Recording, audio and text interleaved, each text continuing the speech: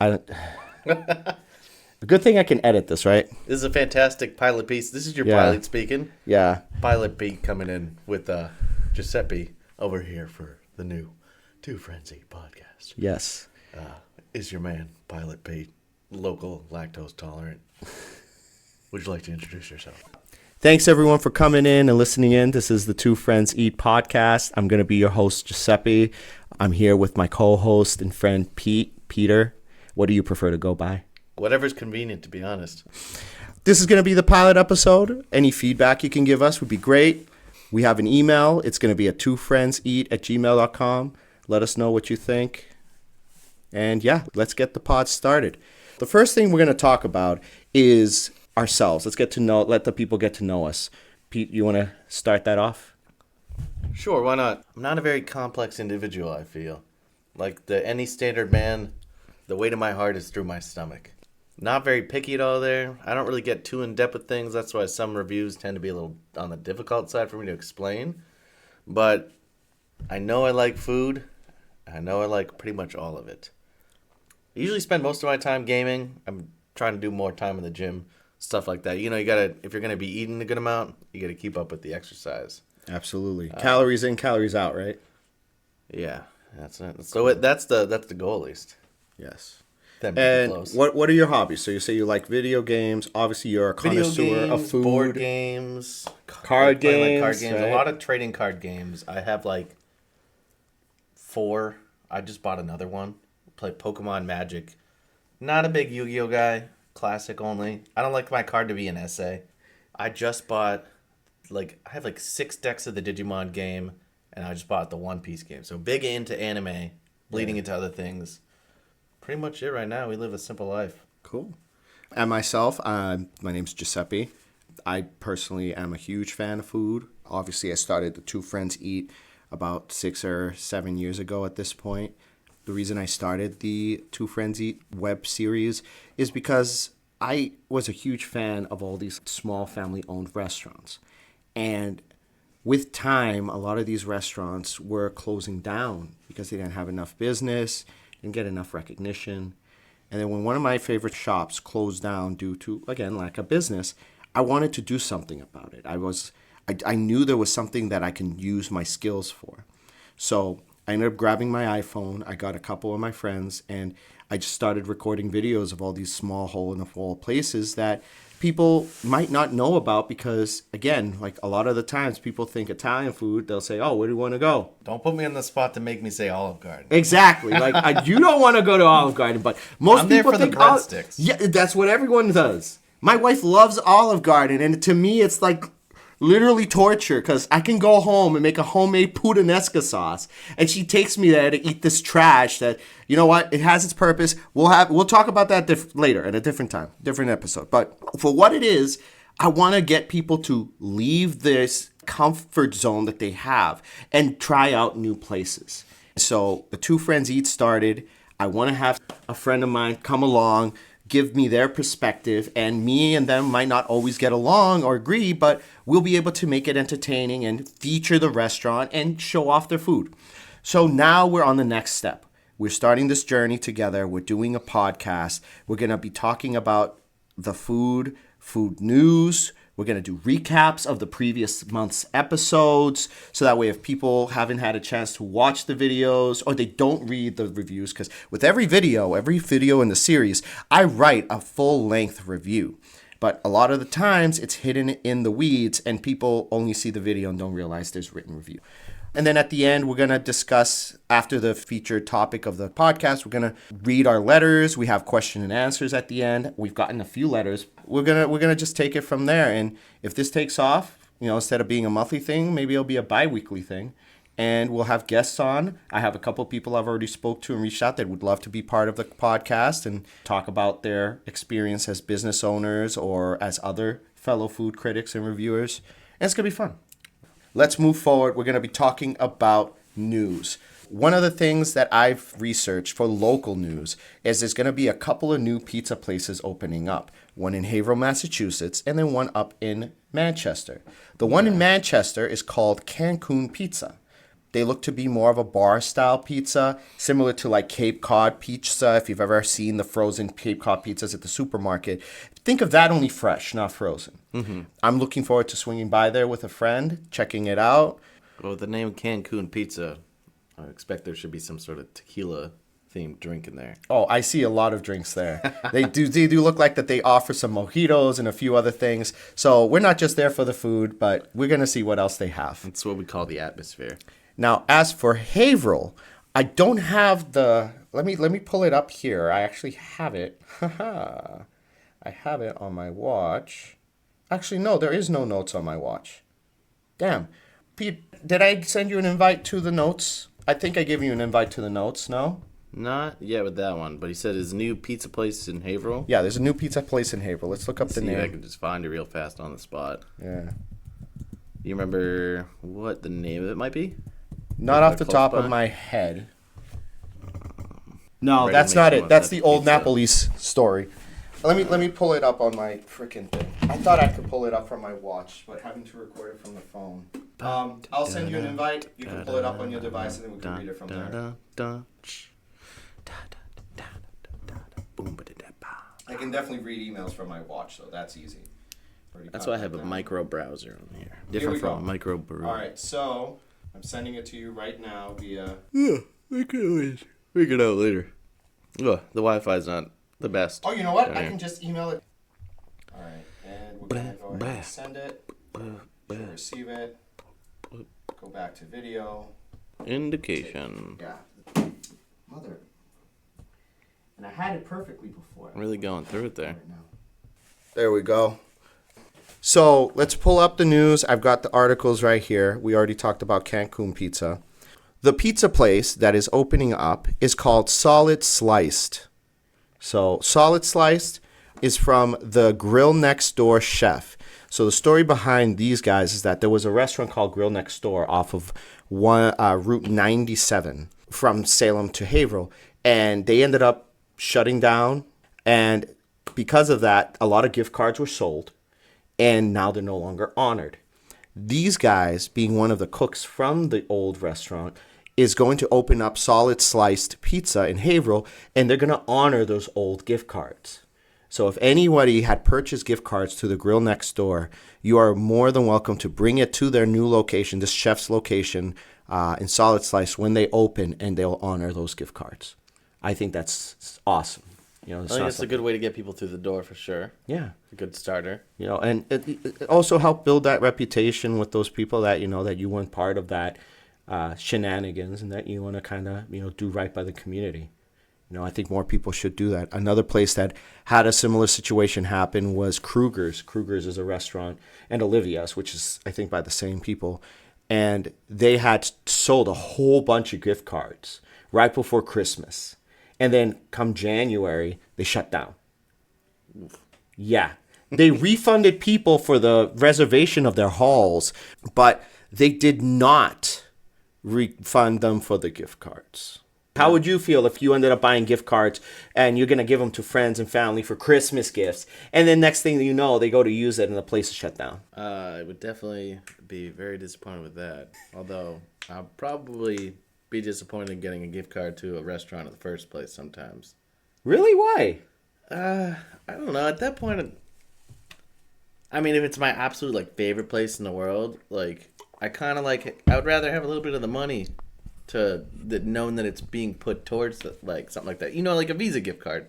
So you're more upset about the fact that you're limited to where you can go, and not so much the fact that you are given something that isn't a gift. You want to have the freedom to choose where to eat and not feel like you're forced to go to this place. Well, I mean, I don't really mind being forced to go to a place per se, but I think if my personal opinion with gift cards in general is that if it's not a place you spend a lot of money in, like Target or like Walmart or something like that, if it's usually like a Visa gift card does the job pretty well because you can use that anywhere you want, and it's still a gift card. Sometimes their cards look nicer. They got little gift boxes on them, they're shiny. You can sign them. That feels fancy when you're younger. Yeah, they are. You know, and that could be a nice little topic maybe for later. Like, you know, what makes good Christmas gift? What makes good gifts in general? What makes good gifts that are food-related gifts. Those and what don't are end up what are getting no, non-refundable what? when the business goes down. Yeah. Those you could use anytime. I don't think Visa or MasterCard are going under anytime soon. So yeah, just check those 2 pizza places. I'm excited to try them. Another place we got to talk about is the local news. There's a place up in Derry that meant a lot to me. It was a place called The Grind. Rail Trail Cafe was one of my first reviews, like real reviews, where I kind of got my stride and my bearings on how the format of these videos for the web series was going to be. And they announced that this was either last month or beginning of this month was going to be the end of The Grind. Very sad. Has to stop sometime. Yeah. And the thing was, before COVID, they expanded. They had a location in Salem. And it was great. I usually try not to do the same place more than once, but if it's been a long enough time or they open a new location, I'll do a revisited episode that kind of is an updated version of their place, a review, if the other one is kind of older or dated, which it was. So they deserved it. It was over in Salem, New Hampshire or Mass? Salem, New Hampshire. New Hampshire? Yeah, Oh, right now. Yeah, right by the 111 intersection where 111 and 28 connect. Ah, gotcha. It was nice, and it's just sad because COVID probably just took a toll. I drove by, it was no longer there, and then when I tried to go to the dairy location, they were usually closed, and because they had to cut hours, and now they're gone. But I do want to say that I wish the best to the owners of the Grand Rail Trail. I want to thank them myself for giving me the opportunity and the publicity because they shared my video far and wide. They helped so much with getting me the views and the followers that I have now. We're almost at 2,000 followers, which is awesome. And a lot of it has to do with them. So I wish the owners, the people who work there, the best, and I hope they have whatever success they can with their future endeavors. Moving on, we have a few other local news. We've got Yamas opened up a new location. They moved from their old Pelham location. They opened up where the old Bertucci's was in the mall. So you've been to the Salem Mall, yes? A little bit, yeah. Not too much restaurant-wise, but I'm just looking up to see which spot. Mm-hmm. It's over on the Sears side of the mall, what used to be Sears by Dick's, on the second floor. Wasn't that where they... Oh, yeah, you know what? I do remember that, because I think they also had, for a little bit, the Guy Fieri restaurant. What do you call it? Yes, Flavor Town. Was it? Did they? That was the Ghost Kitchen. Yeah, absolutely. Ghost Kitchen. That's what I was gonna say. I was gonna ask that question next. I was like, I'm pretty sure they had their Ghost Kitchen over there. But Guy Fieri, I love the guy. He's awesome. He's one of my heroes. He's one of my inspirations, really. The diners, drive-ins, and dives. Triple D, such a good show. That is what I aspire to. Which, by the way, it's Guy Fieri. He doesn't like Guy Fieri. It's Guy Fieri. And yeah, eventually I want to get a poster up here. The one with him with the flame button-up shirt and the glasses going, yeah, like that. Mm-hmm. Like, that's going to be awesome. But he is a huge inspiration to me. Do you ever watch Bizarre Foods with Andrew Zimmerman? No. Oh, see, that one's more, I think, my inspiration for it. Because he goes all around the world. And he just goes and specifically seeks out to eat, like, the strangest, like dishes out there. I've heard of it. You know who I've seen? Man vs. Food. That was pretty good. But you think Andrew Zimmerman's better? Challengers. Well, because he goes and he brings, really dives into the different cultures and everything. And we'll, like, hang out with people who are from there. So, like, you're getting direct from the people. So they'll take him to, like, basically, in a sense, without reviewing what you do, go into the more hole-in-the-wall type areas and things. And he goes to find the strangest thing to eat, and he just goes at it. That sounds awesome. Definitely something that I need to watch. I'm going to add that to my list. It's good. It's good. I think that's probably where some of my inspiration comes from for being interested in strange combinations. And that's one of the things that I love a lot about you, Peter. Pete, whatever you prefer, right? Whichever is convenient. When we're at work and we're eating, whether it be at lunch or I bring something in or you have something weird and different that you want me to try, like you're always open to trying new things. Like, for example, right here, I ended up bringing some desserts from Piro's Bakery. From my last review, I did Piro's Bakery and Piro's Pizza and Plus. And these little pastries, these are called sfogliatellas, which are spelt in a way that no one's ever going to guess. So good luck looking that up. These things are shaped like tiny little clam shells, right? And the outside is like a phyllo bread that's wrapped around And the inside, it's filled with almost like a bread pudding with tiny little fruit squares. So I wanted you to try it if you've never had it. This was one of my dad's favorite desserts. Now, would you think that this is the side to bite from, the back of the cornucopia? See, I like eating it from the back forward, but then the crumble sides start to fall apart. So what I do, and this is what I do, I actually break it in half like I did in the video.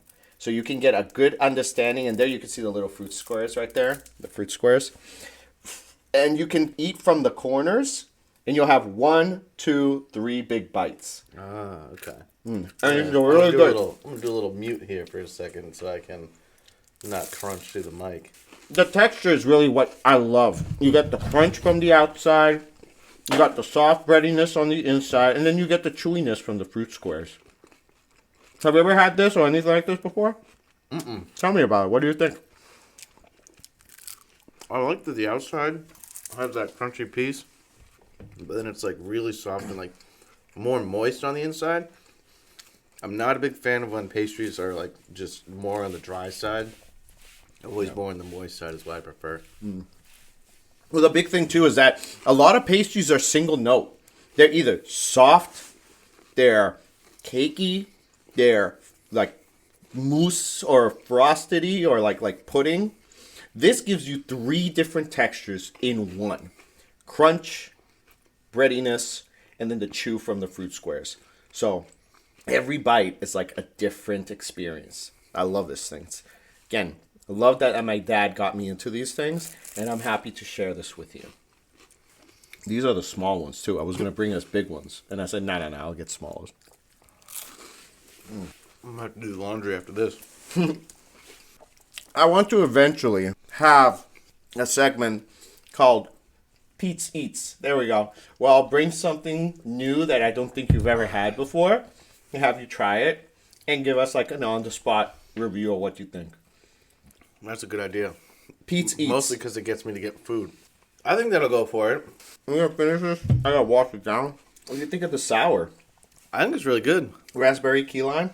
It's nice. Stark Brewery. I think that's the first 3.5% like drink I've had in a while. Or ever, but the taste's there. That's what matters. Absolutely. I would say sour candy's my favorite, so it bleeds into my favorite types of drinks, so. Nice thing is these guys are right from Manchester. So I was able to pick this up locally and just brought it here. Usually what I a lot of time have done is like over to Pipe Dream Brewery, which is over in Londonderry. I think it technically is. It's like 15 minutes from here. See, one of the things I haven't done is any breweries or like actual like bars. So that should be something we should do, especially like you seem to Some of them do have some like decent food. I wouldn't say they all have like the craziest food, but they definitely have some of the wackiest beer names. And I'm always a fan of a wacky beer name and a wacky beer can. Well, this one's pretty interesting. I like the color combos. Well, they had what was it? Pipe Dream actually made one with you remember the album and movie Straight Outta Compton. Straight Outta Compton, yeah. They made a beer NWA called Straight Outta Quarantine. Nice. It was a double IP. That one was good and funny. But you know, there's not a lot of IPA fans out there. I feel it's a mixed bag. IPA had its very peak in like the late 2000s, early 2010s. You couldn't go into like a liquor store without tripping over 2 or 3 IPA displays. Yeah. You know? I feel like I kind of had to like, was it almost Stockholm syndrome myself not liking that one? Yeah. Me, I gave it a try. What I don't like about IPAs is that they have a lot of like a grapefruit aftertaste or flavor, and I don't like grapefruit. I kind of gravitated to sours because they are almost like a very high alcohol version of kombucha. Or there's like a place that makes hard kombucha that is like local. It's called Auspicious Brew. In Nashua, they have the beer store off of Spitbrook. That's a great place to go for a lot of like nearby stuff. But they have some hard kombucha there. I've had some of that there. It's pretty good. The only problem is if you're like me and that's the drink you accidentally, or because you know it's good, buy it for your night's gaming session or stuff like that. You're full of probiotics and that's not a good thing. You're getting attacked by 2 ingredients and on 2 fronts, but neither here nor there. I do want to talk about, after all that, do you have any more restaurant news? Or? Yeah, I got a couple more local places. These are rather quick. There's going to be the Barking Dog Ale, going from like another restaurant that closed. This is the Barking Dog Ale House in Haverhill. It was one of their other locations. Did you go there? Have you been there? No, I feel like might have had a drink from them before, but from the sound of it. Well, there was another location, so you might have gone to the other location. But the Haverhill location closed. At this point in time, we don't know what's going to be in there, but there are rumors. This is rumors that I've been hearing in the grapevines through the different food groups on Facebook, that the Claddagh in Lawrence, which is a very well-established Irish-style pub and bar, is looking to move, and that the Barking Dog Ale House in downtown Haverhill may be their next location. Now, this is not confirmed. There is some credibility from the sources that I have that they are at least looking into this new location where the Barking Ale House was. So, if they end up moving there, you heard it here first. And the last thing that I'm going to bring up on local food news is that we have a new Greek restaurant opening in Manchester. As much as I'd like to go to this restaurant, I am very weary of giving money to patronize a location that may have had issues in the past paying their employees and paying their taxes. What are your thoughts on that? Like, if someone had basically, had a bit of a troubled past, they're trying to start a new place, do you think we should give someone a second chance? Do you think that they should be given the opportunity to kind of show that they've changed their ways? I don't know. I mean, part of me would like to give whoever a second chance with it anyway, but, I feel like I guess it depends on how much visibility you had on that. And, like if you were dealing with it more up close or like more relevant, you might be a little more inclined to stay away, but like somebody who's walking in might not know. But I mean, if that was presented to me before trying to go to a place like that, it might just deter me in an almost unconscious way, in a sense, I guess. Like, yeah. My head would probably be like, it's a little sketchy. I don't know if I want to support something like that. As a food critic, my job is to taste the food, try the food, tell people what I think about the food. And all the other things from aesthetics to service is part of it, but it's not all of it. Mm-hmm. But I don't ever want to kind of like give my money to somebody who isn't going to end up treating their employees well or paying, their fair share in taxes. Though restaurants do work on a razor-thin margin, if you can't afford to pay your taxes or pay your people, you don't deserve to be open. I'm sorry. Yeah, I agree. I mean, especially like the people are a huge piece of the restaurant itself. Like you can come there for the atmosphere, like how just it's designed, but like the people create a more homey atmosphere or the more interesting, bustling atmosphere of a restaurant when it's like a bigger place. But they also, like, when they're more, like, they're in a better environment, the cooks are going to, they do a better job making the food. You get better service with all the servers. And it's just kind of like a consistent cycle of mutual beneficial actions. All right, well, let's move on now to national news. So I did do a little bit of research into this, but not, like, it doesn't really have a ton of information. I don't know if you've been feeling that there's a lack of a specific flavor of hot sauce in recent grocery stores. Now, all too much, unfortunately. The funny part I think about it, which didn't really come to my head for a lot, which does make sense to me, is the average hot sauce consumer at like a low level who just knows by like, maybe just like Frank's or Tabasco and things like that. Texas Pizza is one of them, but it's a different... Give me 1 second here. It likes to do this. There we go. Sriracha is a big hot sauce. I know with a ton of people. And at one point, I think I was having almost every single meal I had. It wasn't helping me out too much, but it was definitely real tasty. Now, the funny portion for that is I feel like the average person, and for a while, me as well, thought like when you go to Sriracha, you'd think of the bottle with the rooster on it. Yeah. Now, what I thought was funny and what did make sense to me after is Sriracha was the sauce type. Oh, it's not a brand name. Like it's the actual type. Name. Like it's an entire sauce type, which makes sense. Like So kind of like how pesto's its own thing. You got marinara, you got fried apple. It's not so much that it's a brand of hot sauce; it's a type of hot sauce in and of itself. Exactly. Like the actual one with the rooster on the bottom and the famous green cap is actually, I think it's Hui Fong's, or however you pronounce that. My Asian languages, our pronunciation is. Yeah, I'm sorry if we mispronounce anything here. Please correct us if you can. So please. I think that's the flavor of it. It might be a different one, but the main thing you need to know: famous green cap with the squirt bottle, and the rooster you see. And you'll see. There's like card games with it and stuff on it. There's so many different things you can find with it. It's honestly hilarious. But that went on, like, I think during 2022, a tiny bit of a blip of a shortage. And I remember going to Shaw's when I was living up in Merrimack, and I couldn't find it for a bit, and then I would see it for later. And I saw that in the news or somewhere saying there was a shortage. And then I just, like, I think because of that, I kind of lowered my consumption of just Sriracha itself, and I was going to, like, some of the more, I guess, like, almost not name brands, but, like, step below, where they're pretty big in the area. I don't know if they're popular just around here, but, going to different, like, some hotter sauces and different types. Oh, you know me and hot sauce. If there's any listeners out there that are from our job, our work where we reside, I have a collection of hot sauces that I bring in for everyone to enjoy, and it goes all the way down from the lowliest of hot sauces with like a level 1 heating all the way up to the last dab, and I even have the bomb and a hotter level than the bomb called the bomb Beyond Insanity. It's a good time. Or Ground Zero. By the spoonful, for sure. Mister, I added all 3 and just downed it from a spoon, yes. Well, you got to make them understand that's the that you're day the top hot you man. earned my respect. Self-torture when it comes to food for a challenge is of no consequence to me. The pain is temporary. Yeah. The honor is forever. Yes, and the honor, you have earned everyone's. It's almost like a rite of passage now.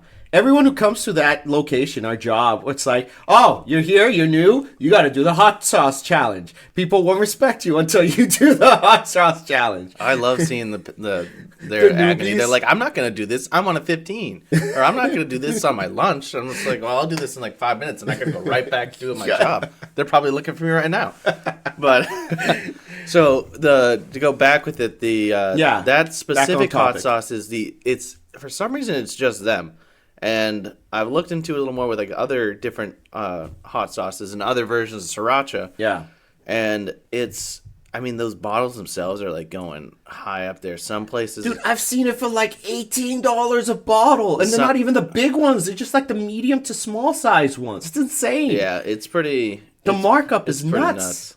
I think they're pulling a PlayStation 5 and they're just causing a manufactured scarcity there. They want to make a higher profit. They're pulling an egg. Remember when eggs were like $10 a freaking dozen? I wish that's what they they're were doing doing. that, because the eggs came back pretty quick, and I'm back to buying them for like $1.36 at the grocery store.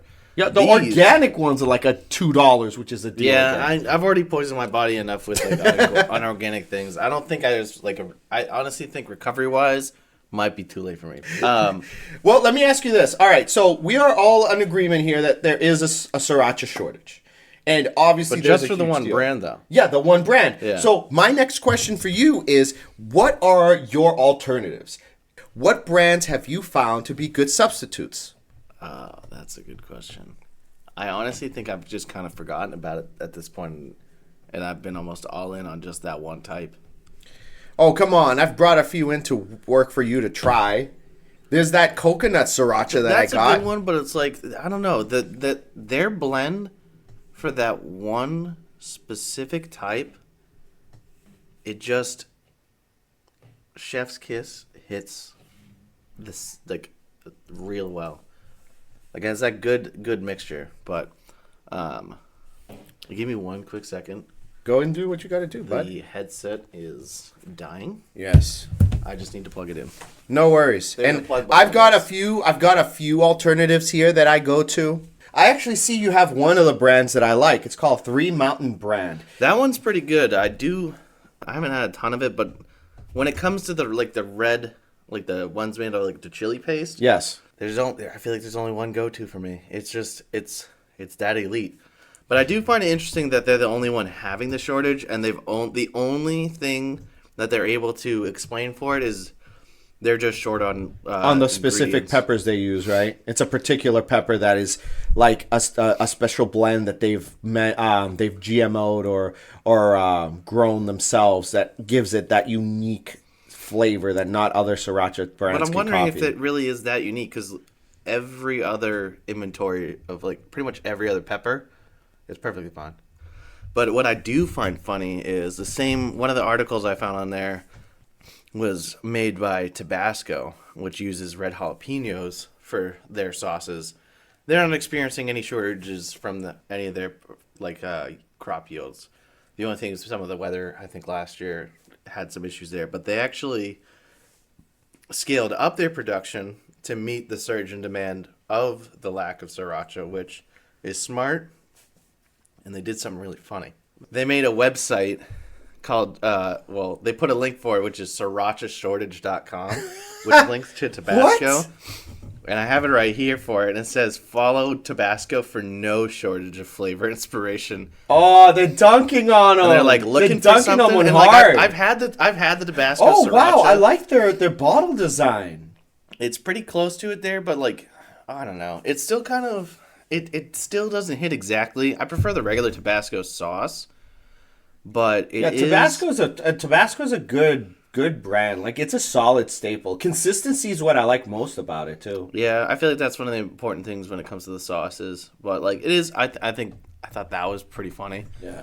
But I mean, other than that, unfortunately, there really isn't. They've put too much through with it, which is it's a damn shame. Yeah. I keep looking for that rooster. Man, I go to far places and they're like, here, we can give you some Sriracha, but they're like ketchup packet size, and it's not even the right brand. You know, like you got at that point. You could reseal it. They probably, you know what? It'd be better if we could go back to the days of when Starbucks had, I think, the same brand with the rooster on there. They used to have packets of it. Really? My buddy, who used to work with me at GameStop. Starbucks? What for? Oh, for the breakfast sandwiches. That's right. My buddy at one point, he got you used to be able to get the hand sanitizer bottles you could clip on a backpack. Yeah. Some places were selling the Sriracha bottle, the famous green tip and everything. And he was like, you know what? If I go into my other job at Starbucks, and I just get enough of these, I could probably fill my mini bottle up for the cost of just working. Oh my God. Hey man, listen, I'm not here to judge. He's a silly guy. He does a lot of coffee creations and things like that. It's his big thing. I'd love to meet this friend. He's a character, very animated, so you'd probably get along pretty well with him. And he definitely knows his stuff when it comes to coffee, and creating drinks is a big thing. Listen, man, half Italian, half Colombian. I bleed coffee. Vampires can use my blood as a pre-workout. Well, we can see. We should see if at some point if we gain a little bit more, stuff going on with the podcast here. Maybe we can get him on as a guest there. He actually has his own social media channels. I'll give him the free shout out here for now. Yeah, go ahead. I'll do this right now, Ryan. But I think his current handle. At least at the time, I haven't checked it. I can go back and I'm still following him and see his stuff every once in a while. He went by Coffee Fanatics there, so he's going when he knows there. He actually sounds like a man after my own heart. He does a lot on TikTok. I think he has last time I checked, a little over 1 million. Wow. We'll see. But yeah, no, it would definitely be fun. He's a hilarious dude, so I'm excited.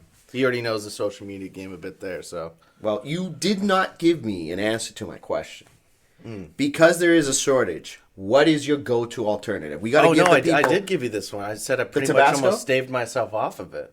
Oh, you just don't get anything? My new thing I've been going after is has basically just been living off of Frank's hot sauces. Okay. Because they have so many different ones now than I used to. So I wouldn't call myself a hot sauce connoisseur when it comes to this thing, but I will say the big thing I used to do with it, at least my whole family was, my dad would do a lot of the buying of hot sauces, and I wasn't actually into spicy food for a while. That's the funny part. I don't think I've ever said this to you before. I've always had a wide, availability of different foods at home. Yeah. Just because my parents used to cook a lot of different things. So that's cool. I think that's why I like so many things now. But My dad and my older brother were the hot sauce people for a bit there. You know, I saw them always having Franks and all that and doing ridiculous things. But once my younger brother got in on that, and then I finally caved in on that, it got to the point where like they would go to Sam's Club and they would be buying the Franks by the gallon and we'd be refilling. We would clean the bottle. You guys would be doing what I do with my Dawn dish soap. Like, oh, hello, let's grab it from under the sink and just fill the thing up. Right, but right now what I've been doing since I moved out is instead of I've been buying it just by the bottle again. Okay. But they have like, you know, Nashville hot, they have like garlic buffalo, they have like a hot buffalo, a regular buffalo. And what you said, Frank's? Yeah. Okay. Yeah, so like those ones are a little bit creamier. Yeah. I like that they're consistency. heavy on the flavor and not on the heat. It's a good beginner sauce for people who want to dip their toes into the hot sauce without going too extreme with like the melt your face off, having lava come out of your backside kind of thing. So yeah, no, Well, yeah, like, Frank's is great. it's definitely better for like giving you enough kick to flavor ratio. Yeah. So I've just been getting those, but it's like, you ever seen any of those videos? It's like, if I like it, I'll just buy it in another color. For like clothes or something like that. Never seen that. I've been doing that with these. I go, if I liked it, I'll just buy it in another flavor. See, for me, the Sriracha shortage has affected me in my hot sauces because I like using it a lot for like breakfast sandwiches, whether I make them at home or I grab them on the go. There's a brand that you can get at Whole Foods. I haven't seen it in other places. I think maybe actually I lied. I think I saw it at Hannaford's called Ninja Squirrel. Now, I think I have seen that. There's a Hannaford's not far from here. So Ninja Squirrel is cool. It's got a little like squirrel that looks like more like a raccoon because of the bandit. And he's got 2 pepper chilies over its head. And the thing that I like most is that you can get it in the regular Sriracha flavor, but they offer a flavor that not other places I haven't seen, which is a coconut Sriracha. So they add coconut, either milk or cream, to the Sriracha that adds like a bit of like a sweetness to it. You've had coconut cream before. You know what it's like. And it adds like a kick to spice. And it's awesome on like Thai dishes. Like, you know, you can get like a rice dish. You could get like Kind of gives me like a feel of like from curry. Yeah, exactly. And I buy this, I bring it to work, and I see people go into the food court getting like Chinese food and rice, you know, from the places and just dousing it in there. Yeah, in my opinion, if you want to get a good substitute, it might not taste like the Rooster. I don't know the exact name. What was it? Hui Fong? I think it has like an actual like different name with it. But we all know it as the Rooster. Now, there was another bit of national news you want to bring up, if I remember correctly, that a certain chain has brought back from the bowels of the 90s and early 2000s. I'm going to need a reminder. So, I'll tell you a fun story.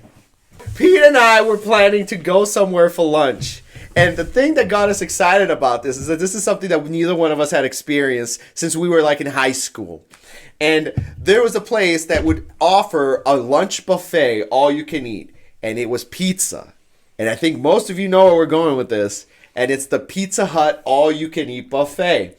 They brought it back. So it was hard because we have different shifts. I usually work in the middle of the day, later in the day. Pete comes in early in the day, so our lunches don't align. And then finally, we both come in, stars align. We had the same lunch. We had to kind of move things around, but we got it to work.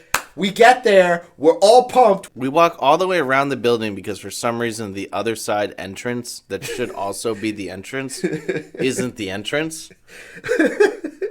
I had to mention that. That was weird.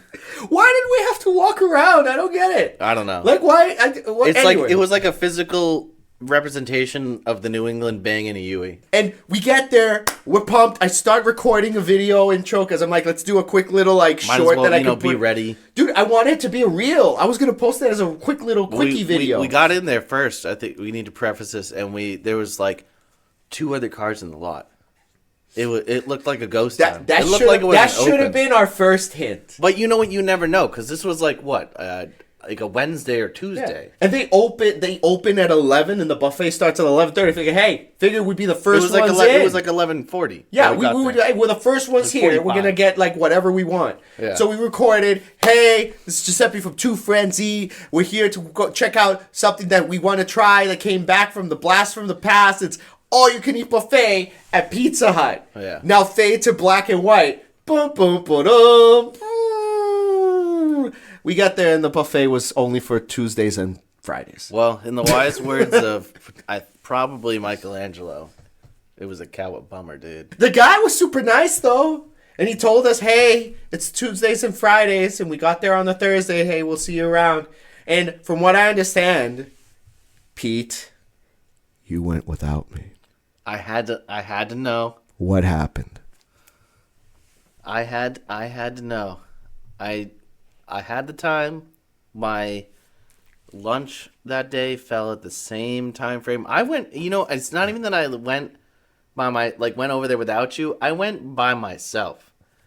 I didn't even take anybody else with me. If I was going to go without you, I was going to go on my own. All right, so it was like a scouting so it's not mission. like you cheated on me. Exactly. This is more along the lines that you just couldn't wait, so you just took care of business for yourself. Tuesdays, historically for me, I've been my break has been well past the buffet time. And it just happened, the next day the stars realigned, but just for one individual, and it happened to be me. So I took it upon myself to go see if it held up to my mediocre standard of it the same way or not. And well, what's funny with it is I think it was just as mid as I remember and not really, because I wasn't going in with a great expectation of a high quality pizza. Yeah. But I think the main reason that I don't have that is because I've already had the ultimate in my maybe that one's where my childhood cloud is. Yeah. But when my family, my mom's side, her parents are from West Virginia. We would go down there every summer. Yeah. And there's a place that does a pizza buffet, just all if you say CC's, I'm getting up and I'm leaving right now. No, there was two really, really good pizza places down there. There was one where we went for is the square style pizza. Is that I'm blanking on. Oh, you mean like Tripoli's and Christie's and Piro's, like those kind of beach pizzas, the square. Well, pizzas? not beach pizza, but there's. Is it tomato pies? Is it from Philly? Yes. So that's fun fact. That's what all those square type of pizzas are like. Yeah, but that's what I mean. So there was it thick crust? Yeah, it's a thicker crust. Got it. And it was this pizza place. This one isn't the one that's all you can eat, but it's probably one of the best pizza places that I've ever had. Every time we go down there, after that 12-hour drive, the first thing that's acquired is DeCarlo's Pizza. DeCarlo's Pizza. I believe there's only two of them. It's West Virginia. I don't know if it's under a different name now or different management, different things. I mean, that's what Google is. Give it a Google. Let's see. Let's find what. Let's see what we. My mom has the magnet on her fridge because she's a psycho when it comes to that. But. Dude, sometimes you'll be driving on a trip and you'll just pull over. You'll see this run down, run of the mill, whatever. I think they still have it. And then the food just blows you away. I think they still have it. Let me see. They have a lot of photos. I don't know why there's beavers there. That's crazy. Yo, I'm down for a road trip. So it's not a thin crust. It's like an actual regular thicker crust. Okay. This is delicious, but before I get too sidetracked by looking at this goodies here. DiCarlo's. Fine. There was another place there that we used to go to that was a buffet that does have my golden standard for it, because I feel like when you go to a pizza buffet, one of the things that take you from being your Pizza Hut buffet average to the elite buffet, dessert pizza. Yes. Well, Pizza Hut used to have a dessert pizza. That's why they're gone down a couple tiers. They don't offer it anymore. At least from the one visit that I had. I'm going to give them the benefit of the doubt just because it's Pizza Hut. If anybody's been to the Pizza Hut buffet, please let us know. Email at twofrenzy@gmail.com. Is the blueberry pizza thing still there? It's blueberry, strawberry, cherry, and lime. But it was a 4 flavor, if I remember correctly. Please email and let me know. They used to have cookie pizza, like a cookie cake thingy. But yeah. Anyway, this place called Greco's. It's in a plaza. It's a small place. They have a chocolate chip pizza. Ooh. And it is. That was my whole reason for being as a child when I needed to go in. That was why I went there. Dude, you know what we need to do? We need to have a topic, do an episode. Weirdest, unique style of pizzas.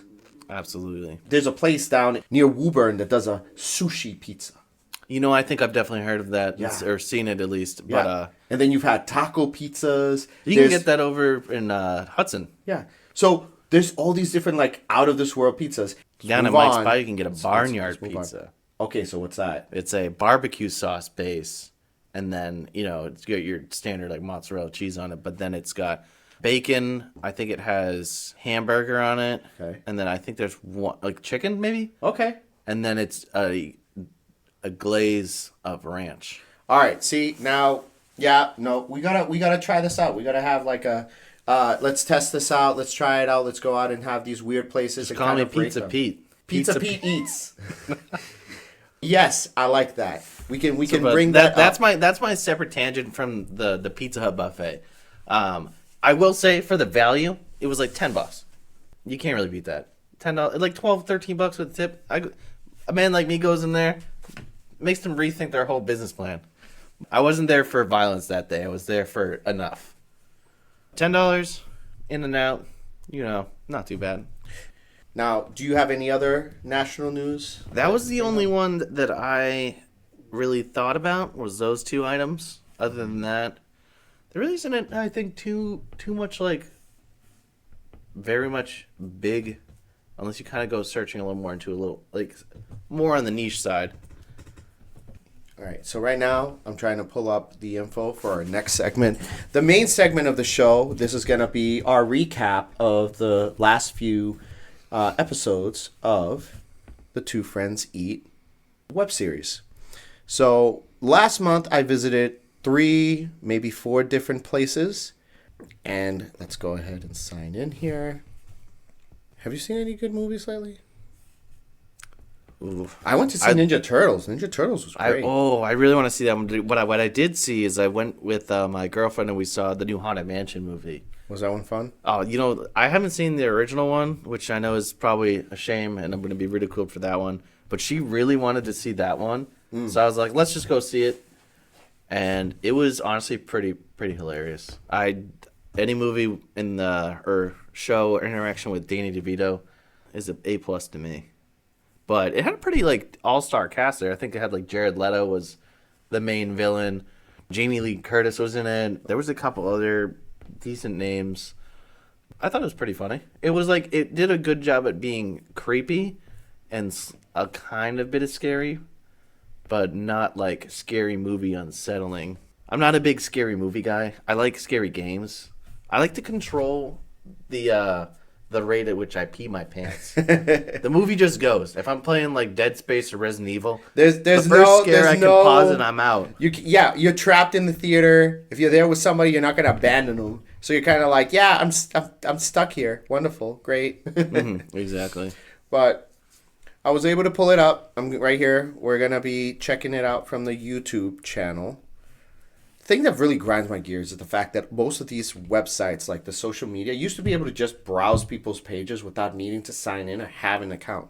But now, almost everybody, you have to have an account. And it's just, I want to have my stuff available for everybody. And it sucks. But that's why I'm everywhere. We're Two Friends Eat. We're everywhere. We're on YouTube. We're on X, Twitter, whatever you want to call it, whatever Elon feels like calling it this week. So on Threads, we also have TikTok. We also everywhere. We're everywhere. Whatever just like a buffet, you just pick where you want to go, what you want to have, and how you want to consume this content. Go to whatever floats your boat. So, just as long as it's not anything related to that submersible from a month ago. Yeah. God. All right, so we're going to be going through the next segment, which is going to be recap of the previous reviews. There were 3 reviews I did last month. One of them is from a place down in Haverhill. They're called Loaded. Now, the nice thing about Loaded is that Loaded is a type of gourmet Korean-style corn dogs, battered very heavily in panko. They have either cheese or a beef dog inside, and you can do a really, really good long cheese pull. Mm-hmm. That's how you know it's good. Oh, it's delicious. The longer the mileage, the better. If I can get down the street, if I get hit by the car, as long as the cheese is still going. Dude, a good cheese pull is amazing.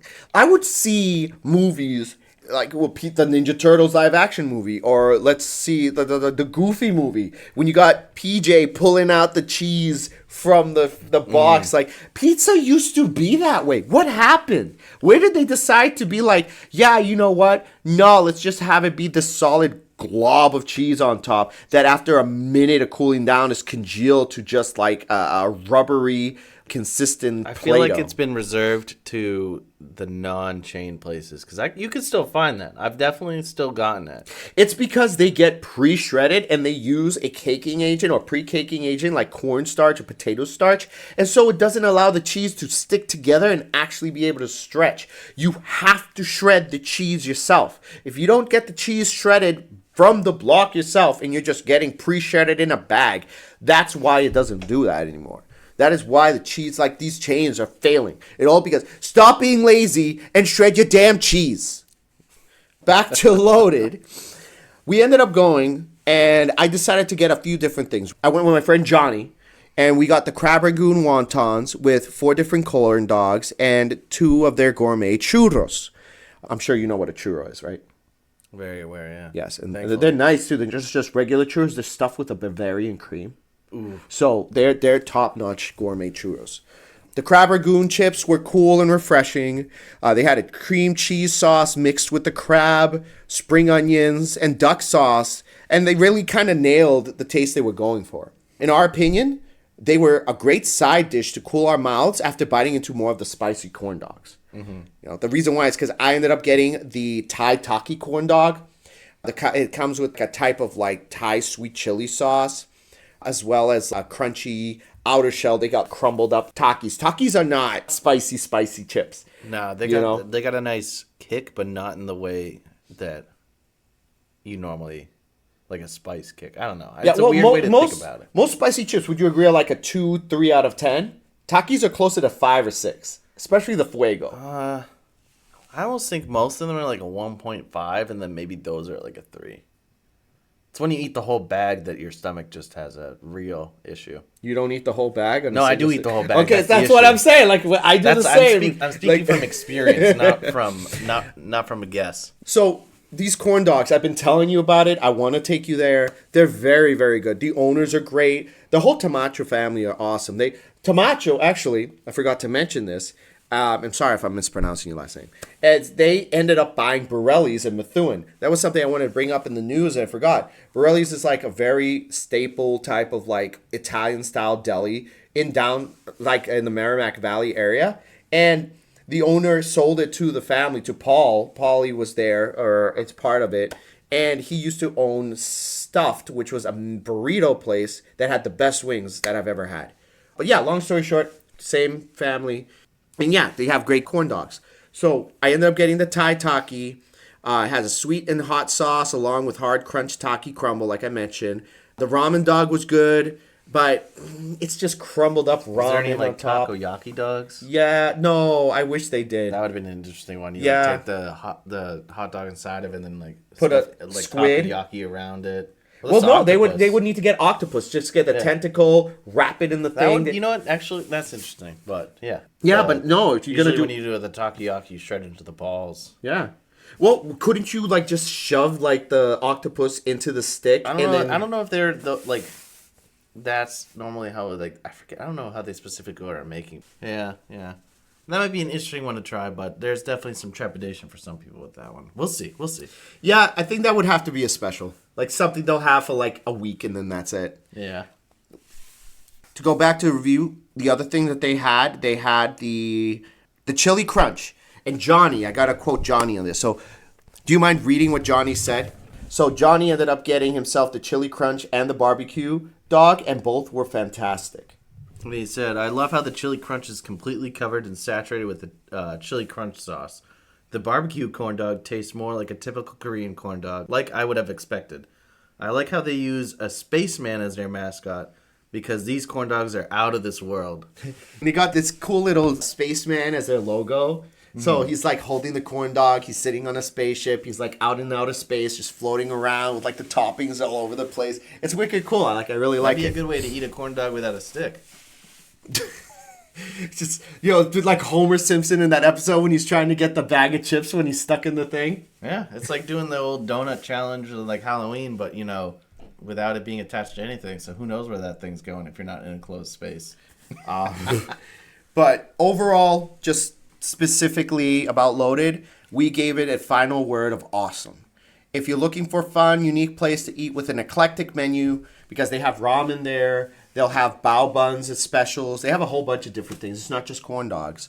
You'll never be bored coming to that place to eat. The food, the service, the owners, they're all wonderful. I always try to swing by when I'm in the area. I haven't been in a while, but, I want to bring you there at some point, so we'll be going there hopefully soon. And I'm sure once you give them a shot, you will think the same as well. I think so, just from the sound of the pictures. I've seen the pictures. So the next place that we visited... It'll make me a wiener. The next place that we ended up going was a place up in New Hampshire called New Hampshire Doughnut Company. Have you heard of them? I feel like I have.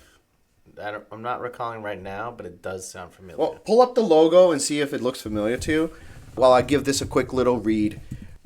Ended up going to Concord, New Hampshire. I was walking around getting some errands done. And as I was walking around, I ended up seeing this small little alleyway with little shops and stuff. I hadn't had anything to eat. I was hungry. So I ended up seeing these constructed guys with their neon vests. And they had donuts in their hands and coffee. I'm like, where'd you get that? They're like, oh, there's this place down the edge over here, hidden away. It's called New Hampshire Donuts. And I'm like, all right, cool. I get there, and the place was popping. There was like a line out the door. Nobody was sitting down inside because they just needed to grab their food and go. But the place, I had to wait. And the donuts there, man, I can see why. Look at that. That's delicious. That's their Oreo double stuffed donut. Well, I think one thing to know, just for the understanding why that line's out the door, they're only open till 1 p.m. Yeah. Or till they're sold out. That's how you know you need to get there on time. Dude, they don't usually even stay open till 1. They're gone before. Oh, there's a before Bedford location. Yeah. That's the one that I went to second time I visited. I had my stepdaughter, Chelsea, do the review with me. We ended up getting I brought like 6 different donuts with me. I got the Boston cream, which was awesome. The s'more, which was a little too sweet for my taste. You should have had the Life's a Beach. They didn't have that. They did have a cannoli one, which was pretty good. That's funny. Strawberry champagne, which tasted more like strawberry shortcake. A French cruller, which was my favorite out of all of them. And then they had the double stuffed Oreo. Out of all the different ones that we had, a lot of them, specifically like the s'more, was almost a little too sweet for my taste. If you like fluff, do you like fluff? Are you a fluff guy? I do. If you see that one, you might want to give it a try. Their dough is very soft. It's very fluffy. Yeah, I think I'm going to have to go there just looking at these different ones. Yeah, and it's they got a lot of options there. It looks like gluten-free and vegan options, yes! too. I'm glad you noticed that. So if there's any people out there who are gluten-free or vegan, they do offer phenomenal gluten-free and vegan options. I ended up trying them the second time I went. They're a little bit on the dry side. Make sure you get yourself a coffee to drink it and wash it down. See, that's but a the flavor tactic. was there, and they tasted very good. They're more cakey than they are like fluffy, if I can give you that. But out of all of them, the French cruller, in my opinion, was the best one. Really took me by surprise. And French crullers are my go-to whenever I go. They don't offer French crullers in Dunks or Heavenly anymore. They don't. And I was so upset. In order to get a French cruller, I have to go to these specialty shops. But I'm really glad that there's a place nearby that I can get one. And if you're going to get the French cruller, it is the least sweet of the 6 donuts we tried. So keep that in mind. If you're someone who wants sweeter donuts, get the other stuff. But that one was really good. I'd probably have to go for the one that looks the funniest or fanciest. Like I do see this one. There's probably some sort of maple one and has, I think, either wafers or actual mini pancakes on it. Yeah. With a little... oh my god, it is mini pancakes. What is it, like a dripper? What is that? With like maple... Looks like you just inject it with maple syrup over there. That's literally like a little maple syrup bottle that I give them right now, just looking at these pictures, a 10 out of 10 out of creativity. representation. Oh yeah, the presentation's awesome. Sorry. Yeah. Awesome. But like I said, definitely try them. The only reason I didn't give them an awesome score, they got a great, which is still great, obviously, is because For me, they were too sweet. And since I brought 6 of them home and I had the whole family try, even though Chelsea was my featured friend in that episode, we all agreed that it was a little bit on the sweeter side. All right. So keep that in mind when you go, all right? If you got a really wicked good big sweet tooth, you will love this place. Overall, final words, great. Not only do they do a great job making delicious cake, yeast, and filled donuts, but they have gluten-free and dairy-free options, which we mentioned earlier. If who have diet restrictions, obviously it's a good place to try. Everything we had was delicious, even though we liked some way more than others. If Concord, New Hampshire's too far, like yourself, you can just go to Bedford. And looks like, I'll be visiting them often as well. So if you end up going before work or if I go, I'll bring you some. I'd love to get your opinion on it. Maybe I'll do a definitely recap next week on what you thought. I'm usually not up that early. If people have been following the videos, they've followed the saga that is the Starbucks Oleato drinks. I can hear the disappointment already at the beginning of that statement. It's just I'm not gonna There's repeat. a little bit of I'm not. your heritage that's dying. I'm having a good time. I don't want this to ruin this. All right, You can keep it short and not sweet if you want. Okay. It was doo-doo water. The poop juice was bad. It's just Easier than the Sriracha? why do you get the whole point of the Sicilian people that he said he got inspiration from having olive oil, like a little spoonful or something before their coffee, not in the coffee, before they drink their coffee, is because it's the equivalent of you taking an omega-3 pill in the morning with your multivitamins. It's just a nutritional supplement. Mm-hmm. You don't mix it in your coffee. It's not what they do. This pill before and not in the meal. It's not an electrolyte. You're not putting Mio in your water. It's an abomination. It's an insult to our culture.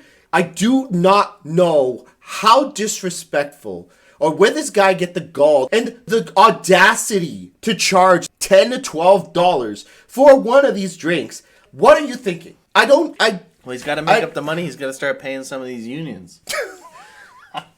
Olive oil's not cheap. Like what the Well, that's why they don't. You order the wrong size. Why not pistachios? Pistachios are Sicilians' one of more favorite things. Why not offer affogatos? You know what an affogato is? Affogato is you get gelato or ice cream, you put it in an espresso. It's an ice cream coffee float. You don't use soda, you use coffee. That is something they do. That is delicious. Not freaking olive oil. Olive oil you fry, you put on salad, you don't put it in coffee. They're there to get the average Starbucks base to get that. Not people like you. I want Mike's opinion. Mike, what's his name? Oh, his name's not Michael. It's Ryan. Ryan. All right. Shout out to you. I want your opinion. Mr. Coffee Guy, who he talked up, what's your thought on the Oleato? Please write in, or if you're going to be coming in for one of the episodes, please let me know what you think. I want your opinion. If you haven't had it, go have it. I hate it. I hate it. I hate it. I think this might be my head hurts. I hate it. A good time to let you breathe, and you might need to move on. All right, let's move on. Watch the videos if you want my full opinion. Do we need a little bit more of comic relief first? Yeah, sure. Give me a joke. I don't have a joke per se, but I did start to set the inklings down of weird food flavors, like limited editions. If you remember correctly, the one that I started to bring up, the first one I brought up because it was the most recent. I don't know if anyone else has heard this one. I think it was over in New York or New York City specifically, that Skittles made like a limited batch for an event of mustard Skittles. So going from this terrible abomination of a drink to something that might make a little bit more sense. Now, mustard flavored Skittles. What I've found is that this is actually like I don't know how big. It definitely seems to be inching more on a premium ice cream flavor, like a company. Okay. I think it's Van Leeuwen is the name of it, if I'm pronouncing that correctly. It's the company name is Dutch. They have like normal flavors, and I found them you can find them in the local supermarket, Walmart's, Hannaford's, and stuff like that. You know, they have like Sicilian pistachio. They have Oh, I'm dying vanilla to try bean, that. honey. They have honeycomb, which I've seen. You know, standard mint I chip. love honeycomb. Earl Grey. Honeycomb They have stuff. Earl Grey tea, which I'm interested in, but it's like for their portions are not super big, and it's like $5.99. They look or like something pints, like Ben and Jerry. Yeah, pints. it is a pint. Okay. It's a size. So it's like for me, I eat too much. So that's Can we order some? See if we can just have go it buy here and try it. You can just buy over. There's a grocery store 5 minutes down the road. All right. We can get this anytime. We could do this beforehand. Let's do this. Yeah, let's do this for like the next episode. How about we do this? If it's okay with you, each one of us will bring something to try on the pod, and then that way we'll be able to be like, okay, cool. We could. Won't be every episode, but like I brought the sfogliatella. You can bring the ice cream. We'll give them a shot. So, I mean, they have like the one that I do want to try that I'll probably end up getting for is the lemon poppy seed. I want to try that just Sicilian looking at it, pistachio. I'll see if they have it. I'll get two flavors. I'll try to get those. But You can use the $10 I gave you for the. for the Carolina Reaper Yeah. burger. I'm still going after that. Use it for the ice I'm cream. waiting on my buddy for this one for that one, but that is a good place to use it. Yeah. But to where I was going with this one is in 2022. Yeah. Around March and into July, I think is when they restocked this limited edition flavor, because they originally did like 6,000 pints of this first one, and then they had a couple strange flavors. The first one kind of blew up a bit, but unfortunately, like many of these weird flavorings that actually come to fruition, they don't fortunately get out. So they're usually limited to one geographical location. Okay. And then nowhere else, which, like with the mustard Skittles for the event. And there was like another one with like Mountain Dew or something like that. I can't fully remember, but it's unfortunate for people like me because I like to tell people that I've had these things and just go at it. But they partnered up with Kraft, and they did Kraft mac and cheese ice cream. Now, every time I've talked about that to somebody, I say it in like passing so that it takes a second for somebody's brain to catch up to process what I've just said. It wasn't in all the store, like it was these flavors I'm talking about were exclusive at the time to Walmart. Okay. My least favorite place to have exclusivity, because who knows if it's going to be in one of them. Is it going to be in the mega ones? I won't go into my big rant about Walmart, but every time I go into Walmart to look for something very specific, I never find it. But I think I spent a good 10 or 15 minutes trying to find as close as a place as possible on the geographical map that it had to try to get my hands on it. Obviously, I failed because my legend hasn't been set in stone here. But I did read a little bit more into it, and then when I started going more into it, the company itself also did a Planet Earth one, a pizza, and like a hot honey. Hot honey out of that. The hot honey sounds the most normal. The Pizza Hot honey ice cream. Well, pizza and hot honey. Oh, I've had that before. So hot honey is a different one. Yeah, Mike's hot honey, right? Well, we had the honey, but not like an ice cream one. So I was interested in what those three flavors were. The Planet Earth one I hadn't heard about. But when I was digging into the macaroni and cheese one, because it had Kraft over it, I found the pizza one. And I knew it was a big mistake that I didn't have it. Not by choice. But they do describe it like that it's a buttery sweet iconic cheese. Yeah. I don't know what that means for it. But they also described it as like a comforting bowl of Kraft macaroni and cheese that you grew up with. But I need it.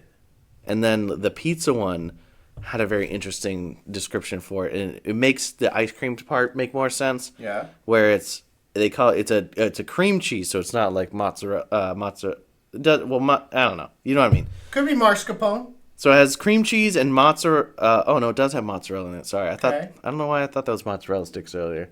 I think my brain filled it in because I was hungry after having the delicious meatballs that you brought over. Oh, so we'll talk about that. So it was a cream cheese and mozzarella ice cream with tomato jam swirl. So basically ketchup for all those people who know that I love to mess with.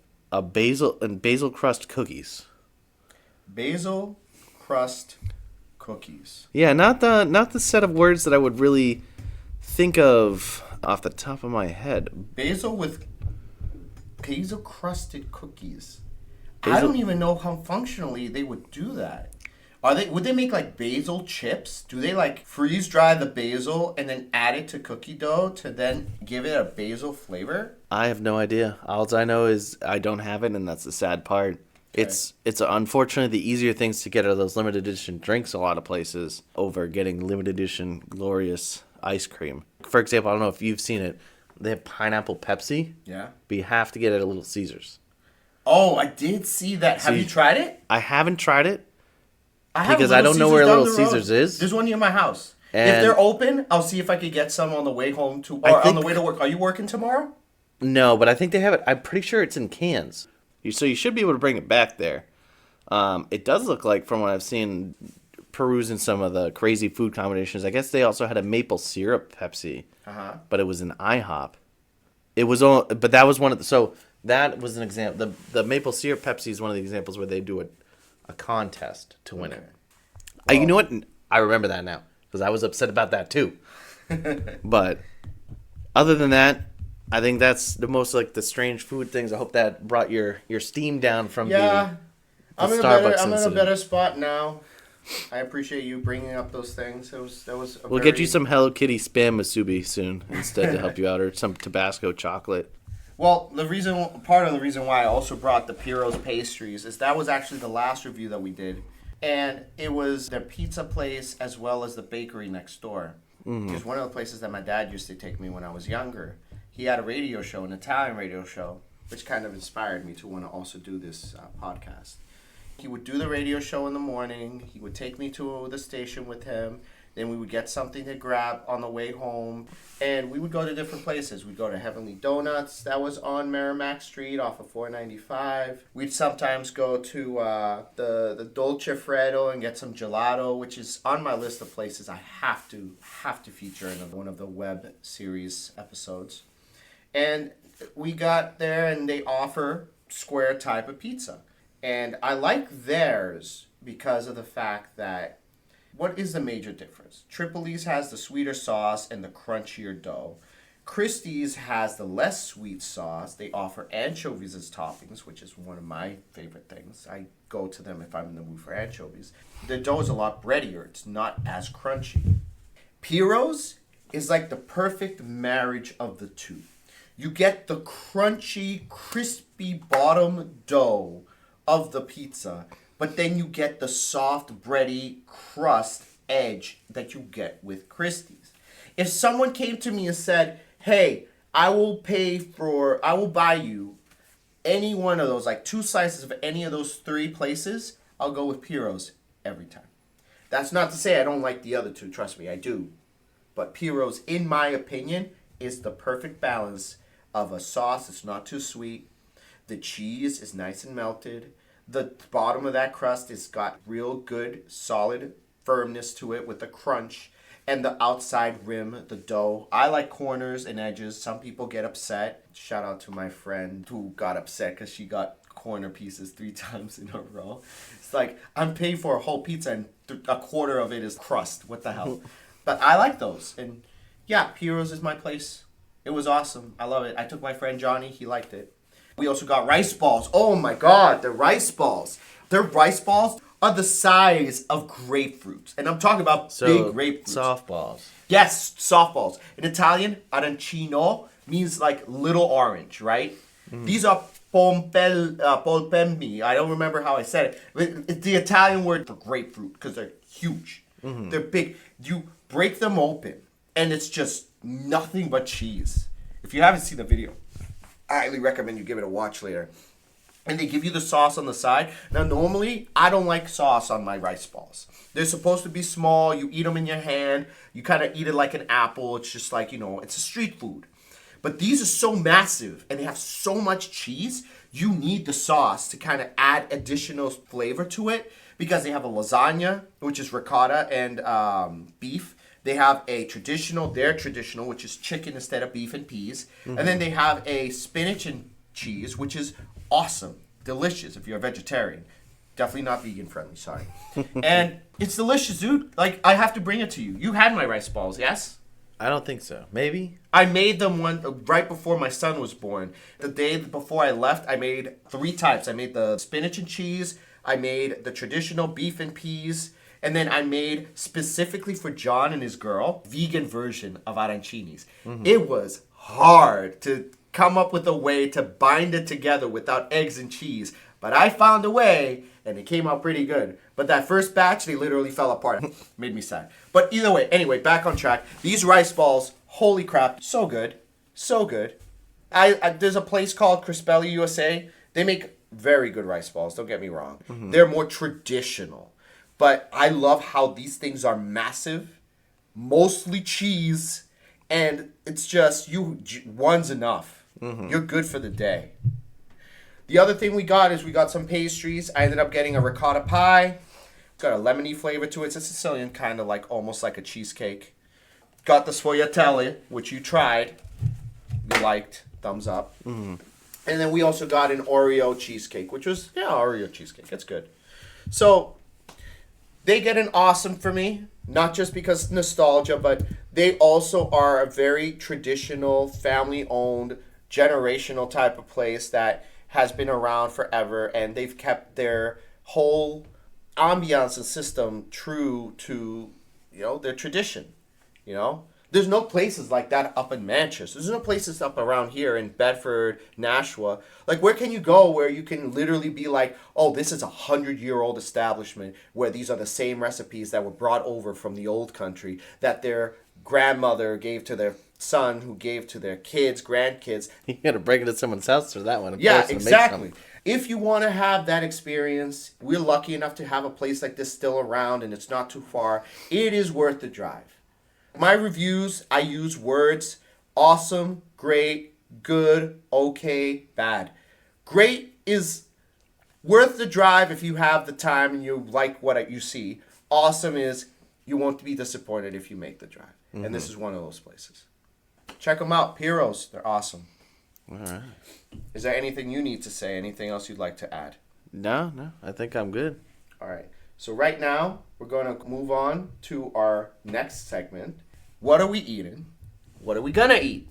So, Pete, what have you tried? What have you looking forward to trying in the future here? Well, what I did have was your delicious meatballs there that I brought up earlier in a nice sub there with the sharp provolone, was it? Yes. So I ended up getting a stick of Piro's bread. That was Italian bread from the same place I just talked about. I got some extra sharp Italian cheese, provolone cheese. I made sure that it was sliced extra thin, because the problem with provolone, the sharper it is, the older it is, the harder it is. So it doesn't melt very well. So I go to the deli and I tell them, the nice melted cheese on your meatball subs. It has to become one with the rest of it. It has to assimilate underneath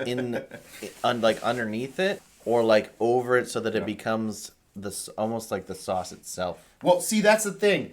The way I like to do is if I'm putting the slices of cheese on top, I'll throw it. Well, no, I'll throw it in the oven, because that does two things. It melts the cheese on top. Toast the bread. And toasts the bread, exactly. But the nice thing about this type of bread, the Italian stick, it's already crunchy on the outside. It's not like your French bread you get at like Market Basket that's soft. Yeah. It's not like a hoagie roll. It's not like a hamburger bun. It's crunchy and toasted on the outside, but it's soft and bready on the inside. I've had a friend who would go and buy 2 sticks, and then when he comes home, like an old roommate, I'm like, what happened? I asked you to get 2, and then he'd hand me the empty bag. He's like, one didn't make it. But yeah, no, you get that. I sliced it open. These meatballs, it's not a traditional family recipe. It's just one that I found, I modified, and they came out great. Honestly, if you guys want to see the video, I did make a recipe video to show how to make it. I've got the recipe on the bottom of that info of the video as well. So look out on YouTube or any of those other social medias. You will be seeing the recipe video for those meatballs in the future. But give me a full rating. Like, what did the meatballs taste like? What was the sauce like? See, I feel like the meatballs what overtook my attention with it. The sauce was good. It was really good. But what got with me is I think the issue it comes with some like other meatballs is how thick it tends to be in terms, or I guess like dense. How dense it is. So like how much hard, like when you bite into it, you gotta like break it almost. Yeah. And then at times you kind of have to take like a larger piece or not enough. It's nice when you bite into it that it like almost kind of like falls apart and gets like what needs to be left behind gets left behind. These are primo sub meatballs. When you take a bite, if they're too dense and they're too binding, you'll take a bite and you'll take the whole meatball out. It's like this. Put that in my microphone. spaghetti, but not in my sub. Exactly. But with the sub, with this one, I have found a nice balance where it traps the moisture because I add vegetable stock to the meatballs. Some people add milk. Other people add water or what have you. But I found the vegetable stock brings flavor to the party. Water, when you add water to anything like meatballs, in my opinion, and this is something that one of my inspirations and people I look up to, Alton Brown, is when you add water to something, that you can add something else to that brings flavor. It's like having that one guy that shows up to the party with nothing. Someone invites you to a party, be grateful and bring something with you. If you're not explicitly stated, you don't have to bring anything. It's the only excuse. Look, I come from a family of Italians and Colombians. If you get invited to someone's house and you don't bring something, that's an insult. They're never inviting you over again, so don't do that. That's really what it is. I know. The thing I usually like to bring at certain times for stuff is like the bean boozled. I bought so many bean boozles one time that I started giving them to put them in a bowl to let people just fall victim to it. At my old store, on April Fools, I got myself like a BJ's Costco size of regular Jelly Belly jelly beans, and then I ended up getting 3 or 4 boxes of the Bamboozled, and then I just dumped them all in a bowl and mixed it all together, but I left the regular container of the jelly beans to refill the container, the bowl that I had. Wow. And basically set. It was like a Russian roulette of jelly beans. You'd see someone go and like, this is good. And then every now and then in the break room, once people knew what was happening because they fell victim, they'd be watching, and then you'd be someone going, oh, what's that? And it was like, yeah, you fell for it. It was so good. It can be a really bad time. Everyone was in on it. Once you fell, because I was the only one who knew at the beginning, and then once they found out, then they were like, everybody in the break room was like, who's going to be the next victim? And they had, like, again, have another one. There's plenty. And they just kept going until they land one. The worst was obviously the vomit. You get the vomit, you lost. You lost the one worst of those lottery. I had like the taste stuck in my mouth for like the whole day, and I don't think I think that's why I started giving them away. Yeah, no, I can't. Like grass is fine. I guess dish soap was okay. I think there was like a legitimate maybe a sausage vomit. The sausage? It was pretty good. Yeah, not all of them were bad. They were just pretty good. Weird, you know. And grass. Instead of go touch grass, go eat grass. Here you go. I mean, that is the next step. But besides talking about eating grass there, what are you going to eat? Me? Yeah. All right, I'm going to be eating. So I made these meatballs, right? And I got the sauce. I made enough of a batch of like 2 trays, 5 times 3, 15. I made 30 meatballs. 30. And I brought here like maybe 9 of them. Not enough of them. Well, you got 2 for later. So I'm either going to make some spaghetti and meatballs and eat those meatballs for lunch tomorrow at work. So I'll make some pasta tonight when I get home, or I'll make it before I leave. But I'm looking forward to actually dipping my toes in more pastries. Doing some like sweets. I'm not follow much the of recipes. Huh? I said follow the recipes. Well, see, that's the thing. I like to improvise. I don't know when it comes to baking. I hear that's not a good idea. No. Cooking, you could have happy accidents and come out with something better than what you originally had. Baking, it's a chemistry. It is a science. You not only the measurements have to be exact, but the times when they're added make a difference.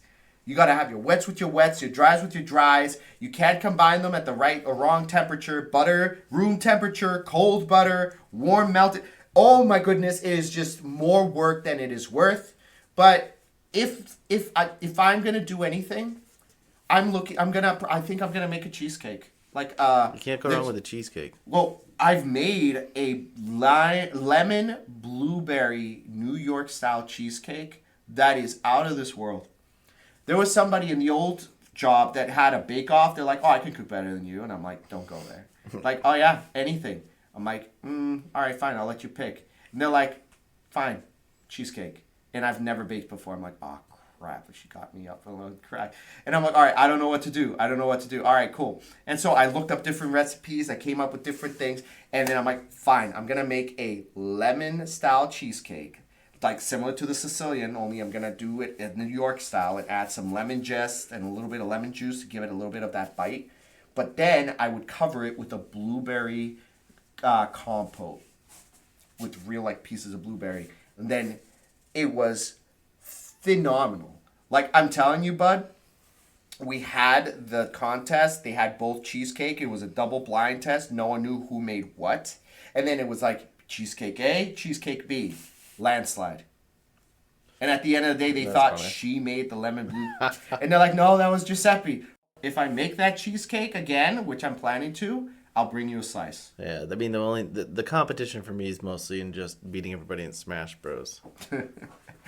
That's more You'll make them eat crow. I don't need that. I'm more like Kirby when it comes outside there, but we'll see. Cool. Is there anything else that you've eaten that you want to mention that's interesting or something you're planning to eat later on? I mean, what I've mostly been kind of diving into is messing with the air fryer mostly. Really? Just for convenience purposes with some stuff. I mean, yeah, everybody's got an air fryer. I'm the only one who I feel I don't. I have like a all-in-one microwave that has air fryer capabilities, but it's so complicated. I don't know why the hell I even got it, but you know, it's easy when you can just press a button and let it go. It also dehydrates and makes jerky. I haven't done that yet, but okay, that'd be cool. I'm gonna test that out at some point. Maybe that'll be what I bring in one of the times. Yes, but I'd love to try your jerky. I was doing really quick and easy.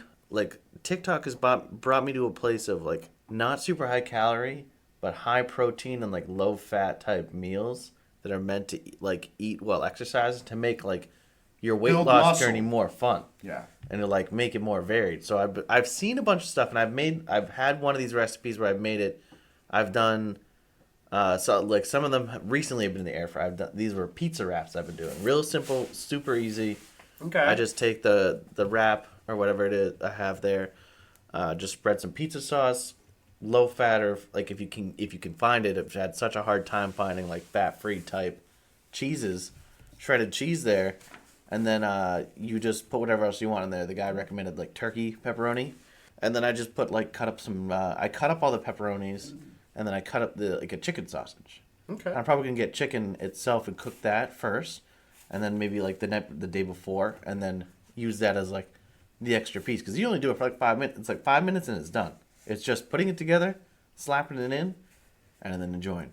And then the other things that I'm gonna go back to making is like replacement version, high protein, lower fat replacement versions of other foods like macaroni and cheese. Yeah.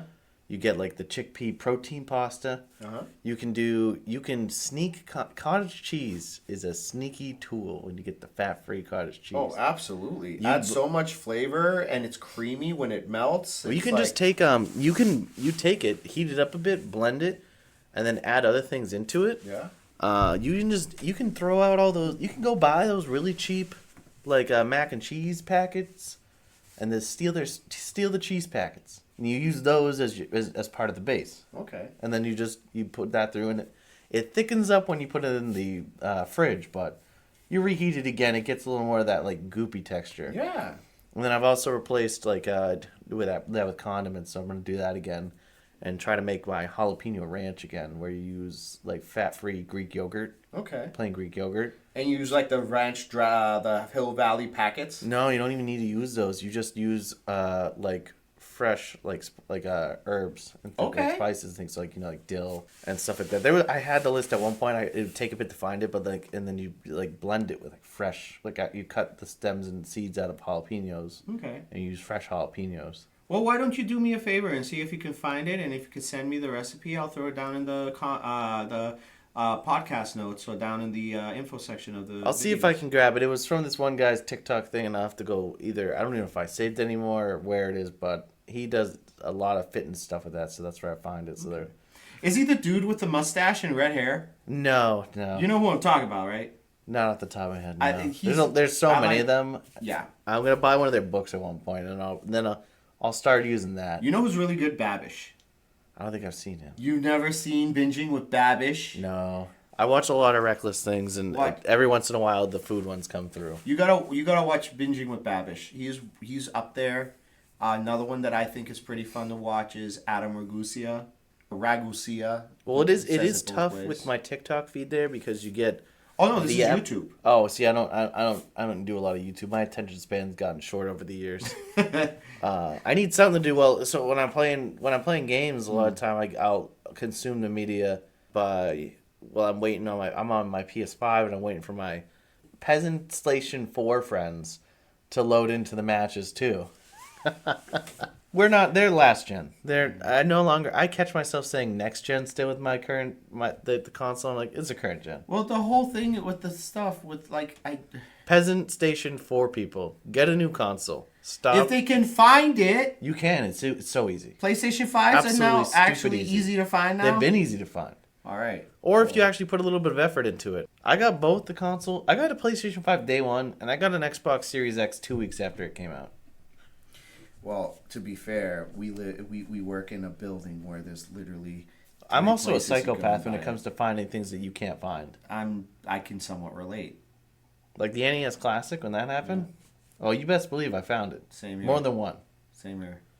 See, because I got 2 or 3, gave one to my brother, kept the other, and sold the third for whatever the cost of the other 2 were. Well, me and the same guy I was talking about, Ryan, the coffee channel. We had run into the annoyance we were dealing with at a GameStop. Everybody wanted it. We were so tired of it. One day we're like, we're just gonna go do what these people don't want to do out of spite. And then we just like, what do we do with these? We were like, oh, well, up on eBay it goes.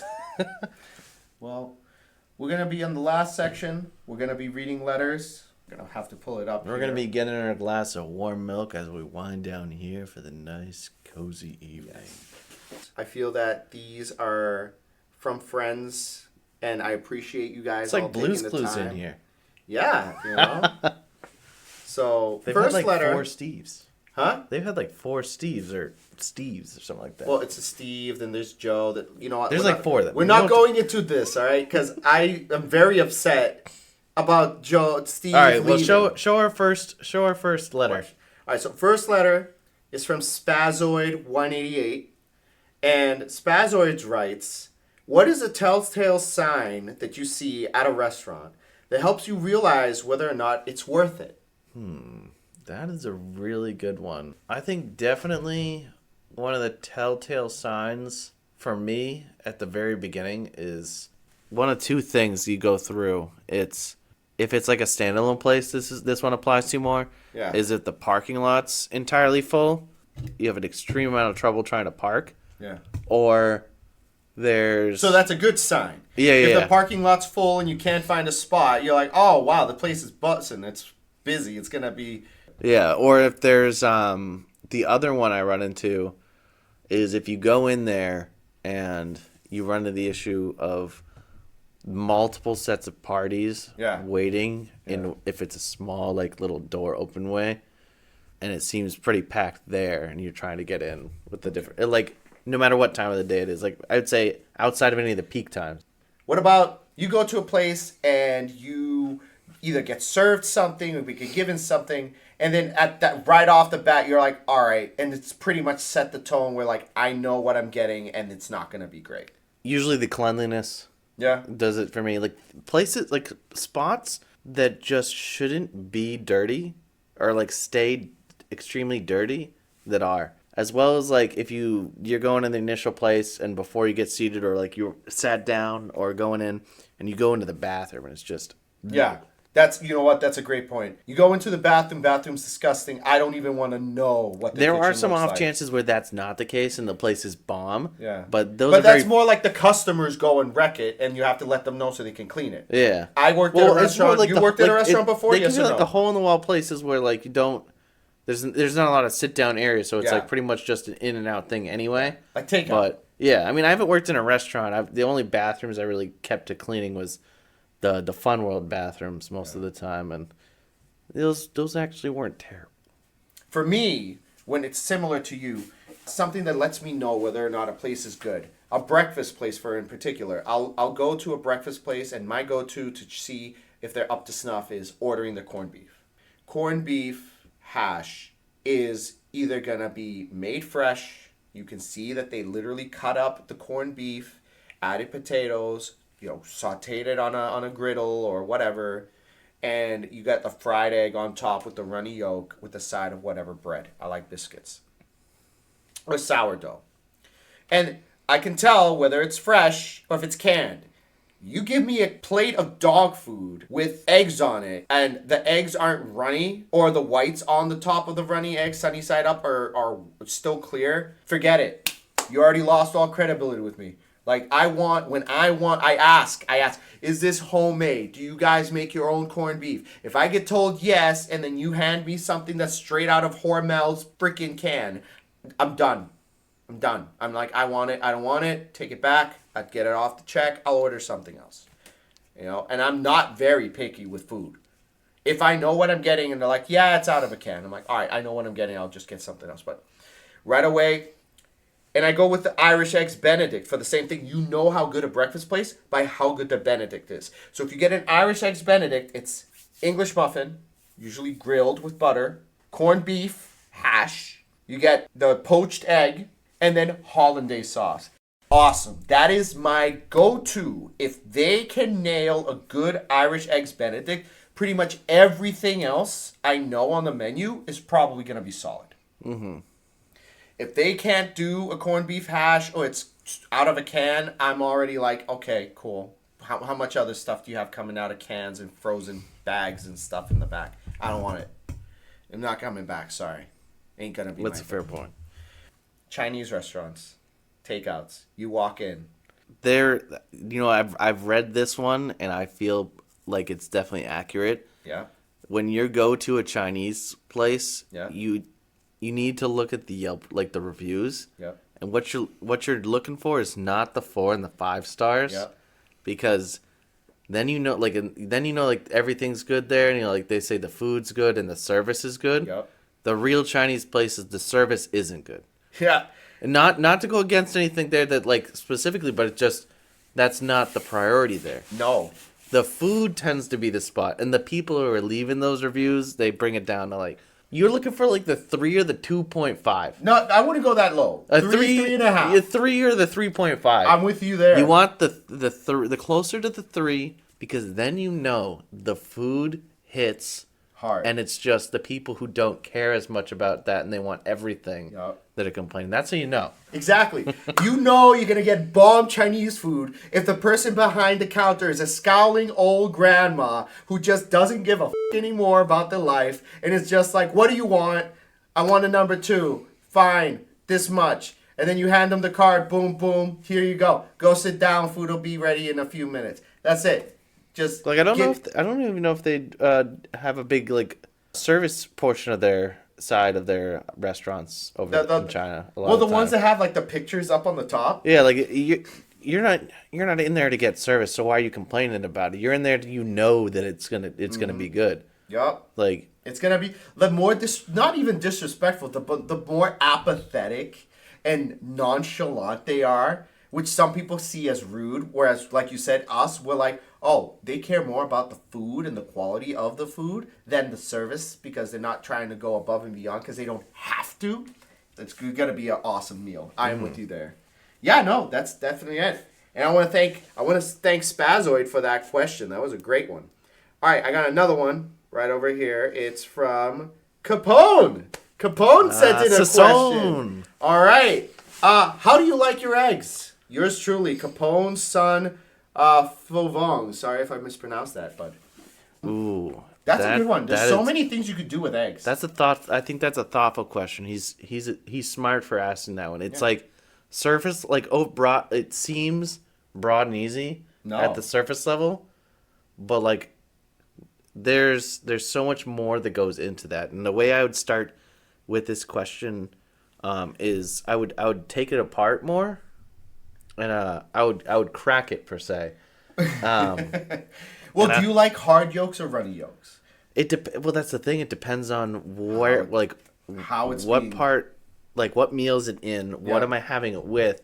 Is it just that I'm having? Yeah. Because like you can cook eggs in so many different ways. Like if I'm having it for like breakfast itself has all the different ways. Yep. Like if I'm gonna have it as a snack, it's like a deviled egg. Yeah. You got to boil it at that point. It's a hard boiled egg. Hell, I can make a pasta alla carbonara, and carbonara has egg in it. It's one of the main ways. It's what gives it its Sometimes creaminess. I just simply crack the raw egg into an instant ramen cup. See, Which is basically like almost like if without it's missing just the part of mixing it beforehand with the yolk.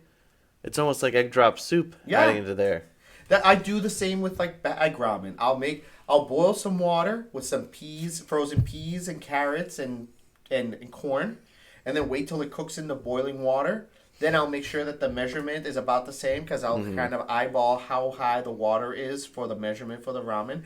Once the veggies are cooked, I'll throw in the ramen. And then near the end, I'll crack an egg in there. I'll add the packet for flavoring, mix it together. And then at the end, I'll have like some freeze-dried or like frozen like chives or green onions and just throw that on top. And then just drizzle a little bit of what I used to use, Sriracha, which is now the flying squirrel or the ninja squirrel, and let it sit and then eat it. It's so good. Just cracking an egg in there, like letting it do its thing, it's good. I will say if I were to like pick the one that I tend to like crave it cooked the way I like it cooked the most, would be I think it's Sunny Side Up, with the runny yolk. Like sometimes I just like to devour the whole thing one bite and have it like pop like a breakfast boba. Oh, it's so good. But it's a yolk boba. Yeah. Yeah. Other than that, I usually have it as scrambled or in an omelet. See, and I would have to say the same. I like the reason why I go with poached, and it's not because I'm trying to be a bougie person. I'm not trying to sound like I'm like I want to complicate the chefs, but having it poached gives me the pleasure of having it pop the yolk like a boba, while also keeping it low fat. By poaching it in water, you're not getting extra fat from the butter or oil or whatever you're using to fry. You're able to get that tenderness, and if done just right, like a poached egg in a sandwich, oh, it's so good. So good. And not on a breakfast sandwich, like on a burger. Or having it on a roast beef sandwich, so good. So I definitely go with the poached egg for me. But you're right. That's a very good question. I've got a few more to go. I got one here from Kevin, our friend Kevin Rossio. All right. K-Dog. How many seagulls do you have to find in your house for you to think someone is doing it on purpose? I don't know. Like, you walk in one day and then you find seagulls in your house? Or are you trying to tell us something, Kevin, that you're under a seagull attack? If not, you better watch out. You may have just given me a really good idea. Well, the question is, how many? So, we've already established you are either walking around your house, you're waking up from your sleep, you come down to the living room, there's seagulls. How many until you think, okay, this is not an accident, someone's effing with me? I feel like it's got to be at least like 4 days in a row type of thing. So it's not the number of seagulls, it's how often. It would be 4, but the timing has to be there. Like if I'm seeing it like 1 or 2 like every day, then just stubborn seagulls. Then something's off there. Or like 1 or 2 every other day, like to try to make me think I'm safe, give me a day break, and then bringing me back, bringing me a 2-day break, and bringing me back. Something's up at that point. See, I didn't think about the relevancy. See, with me, it's more like where? Where am I? Am I usually here in a random grocery store parking lot? No, it's in your house. It says specifically. It's more like... No, that's where I usually see him, as I'm saying. Oh, yeah. Well, we live inside my house? 1. At that point, just 1. That's the thing. It's like, if I find a seagull in my house, Kevin, I'm coming for your life. How many seagulls... In Minecraft. How many seagulls do you have to find in your house for you to think someone is doing it on purpose? This would be something that he would write. He's definitely writing from personal experience, and I'm very upset that it's not from my own fault. Kevin, who hurt you? See, 1. Just 1. 1? Yeah. See, I would have to argue that it depends. We live in the East Coast. There's plenty of seagulls. Why should there ever be 1 in your house? Well, that's the thing. Have you had this happen?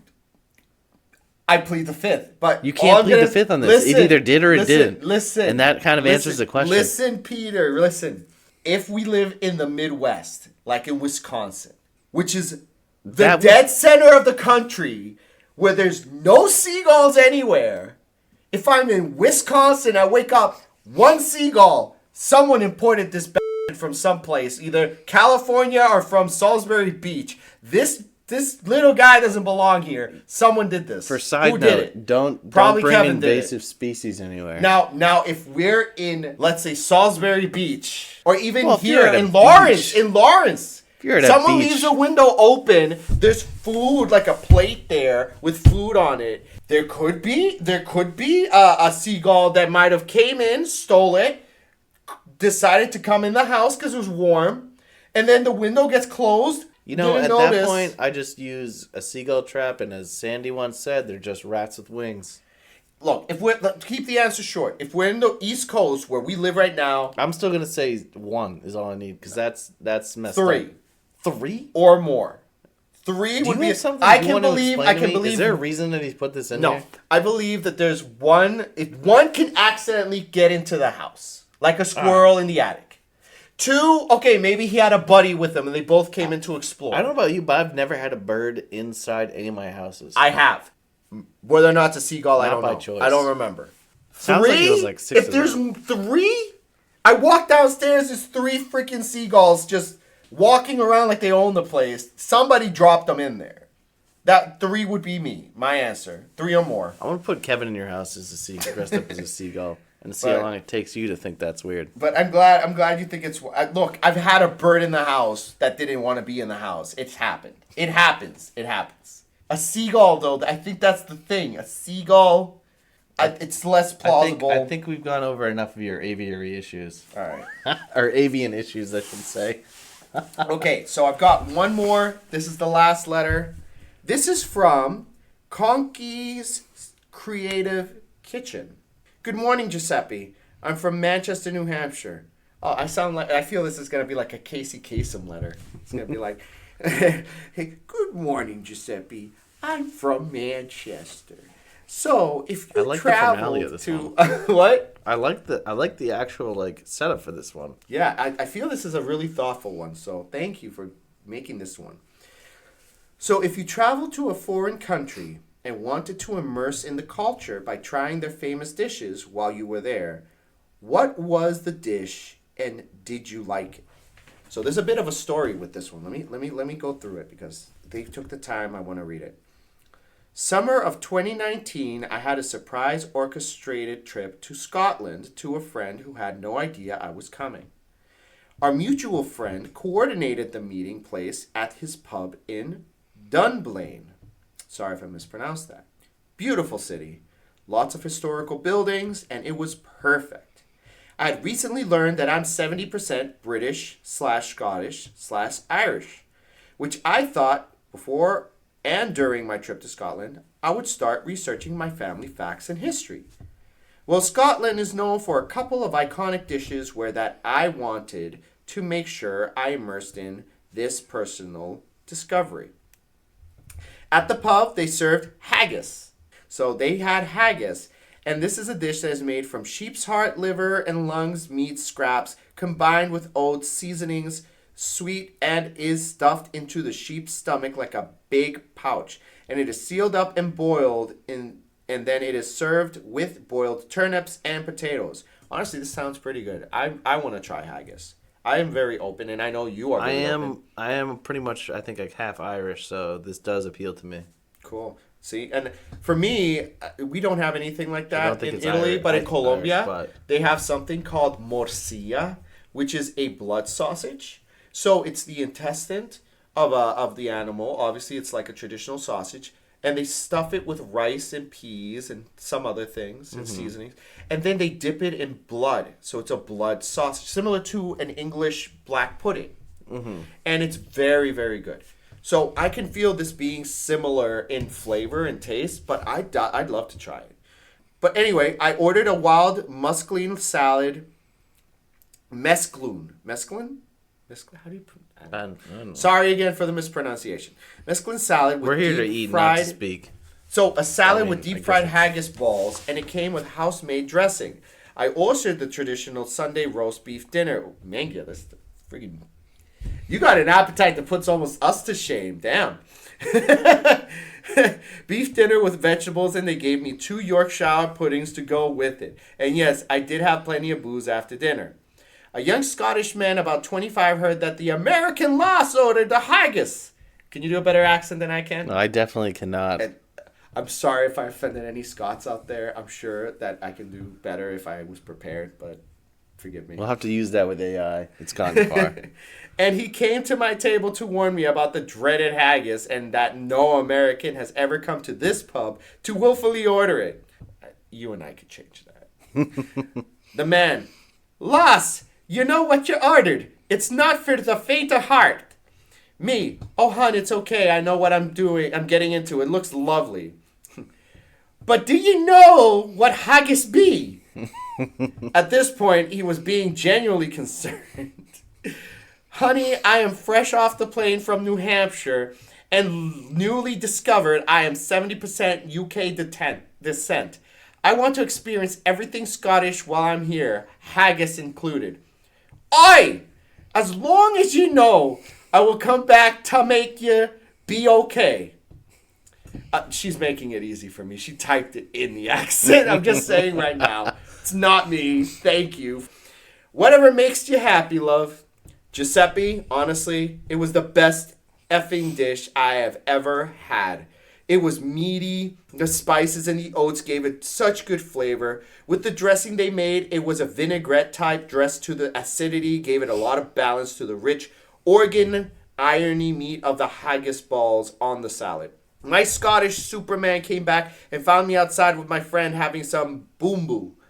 Bumbu? B-U-M-B-U. Again, sorry. He was told by the staff that I had eaten the whole salad with haggis. Holy shit! You ate the haggis! My friend and I raised our drinks and said, aye! And all of a sudden I had a crowd of guys around us at the pub going, the Americans had the bloody haggis! And they're just singing along. It was friggin' hilarious. Even though they were quite drunk, obviously, they were still perfect gentlemen. My Scottish Superman said, you're not like any American we've had here. Most of them had their heads up their arses.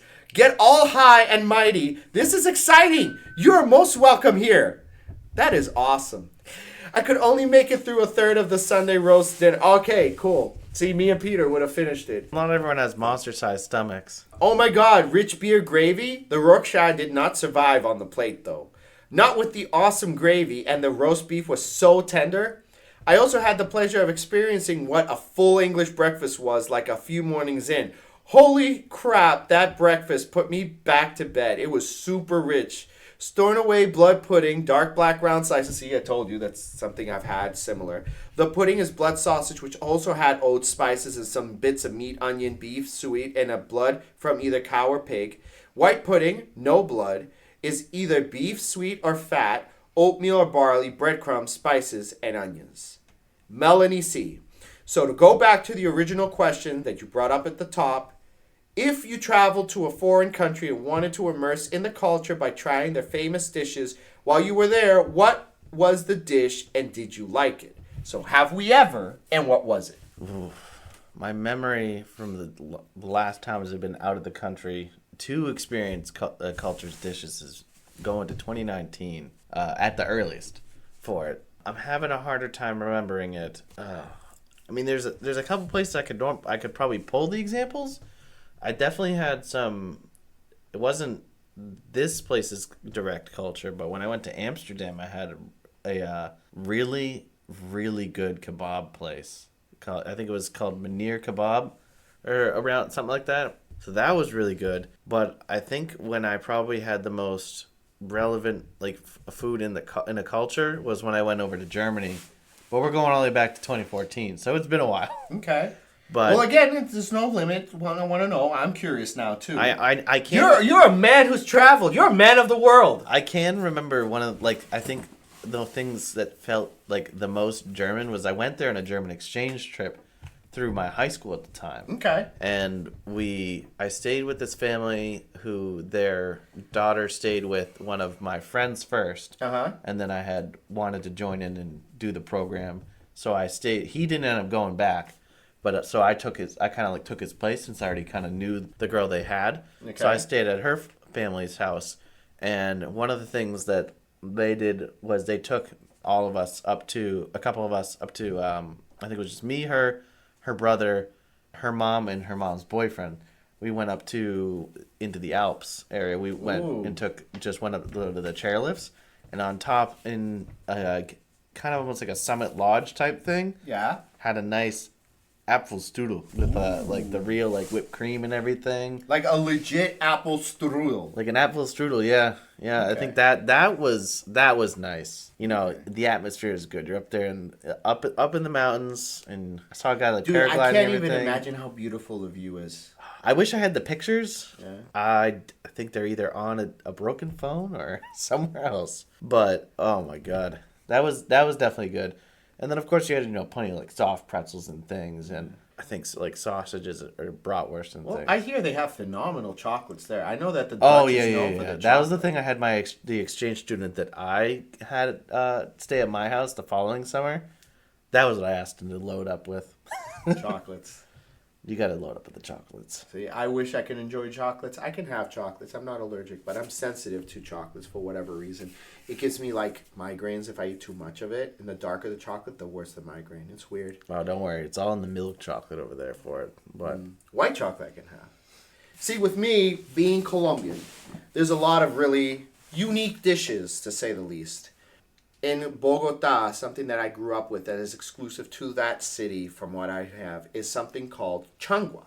Changua is a breakfast chowder. So it's a milk-based soup with sautéed onions, cilantro, green onions, chives if you will, and you cook eggs, like you do like egg drop, and you cook the eggs in the milk-based soup till they're cooked on the outside, almost like they're poached, but the egg is still runny on the inside. You add some cheese that's called doble crema or triple crema, which is like a mozzarella style cheese. Mm-hmm. And you also get almost day-old bread.